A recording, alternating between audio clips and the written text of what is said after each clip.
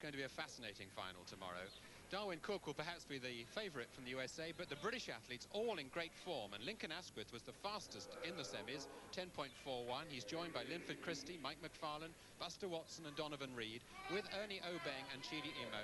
Should just mention that Cameron Sharp was disqualified in third place in his heat because he ran out of his lane. But a great final it's going to be today. Right. Imo of Nigeria in lane 3, Asquith in lane 4, Darwin Cook 5, Obeng is in 6, Linford Christie in lane 7, and obviously that troublesome muscle injury is going to hamper his form in this race, and Donovan Reid in lane 8. Knowledgeable crowd who fall absolutely silent for the start of this first track final, with the exception of the 3,000 metres walk in the 1985 championships.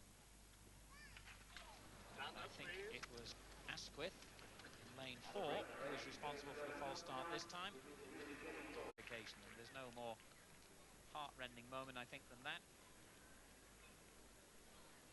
So Asquith's nerves jangled even more by that warning.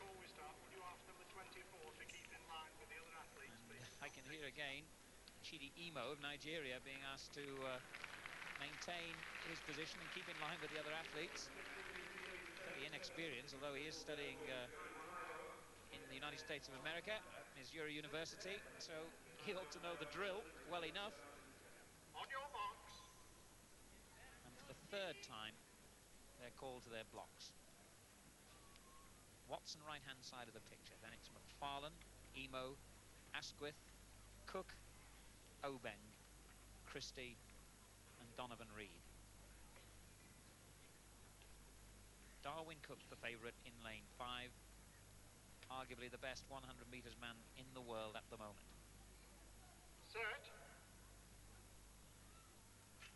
Well, I think it was Asquith again, in which case the disqualification will come into effect. No, it was a good jump, but I'm not sure it's going to approach that lead.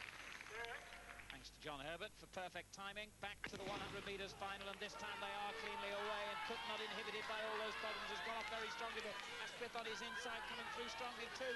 It's going to be desperately close at the finish, and that is one, I think, for the photographers to try, for the officials to try and sort out, for both Cook and Ernest Obeng, who is convinced in any case that he will have got it.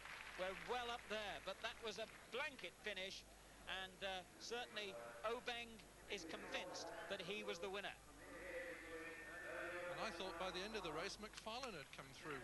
Asquith certainly started with a terrific attack on Darwin Cook in the middle with the red shorts, but Obeng is running well as well. Look at McFarlane in lane 2 in the white, and then watch the tall Imo with that awkward style try and come through. Cook begins to fade. At this point McFarlane must have had a tiny edge on everybody, but Obeng's finishing very, very fast, nearest to the camera.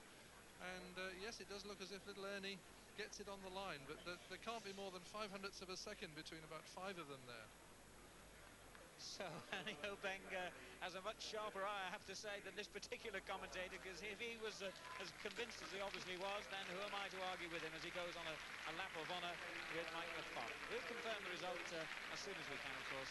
Back to you for the moment, and we'll be returning, of course, to Crystal Palace for plenty more action just after the break.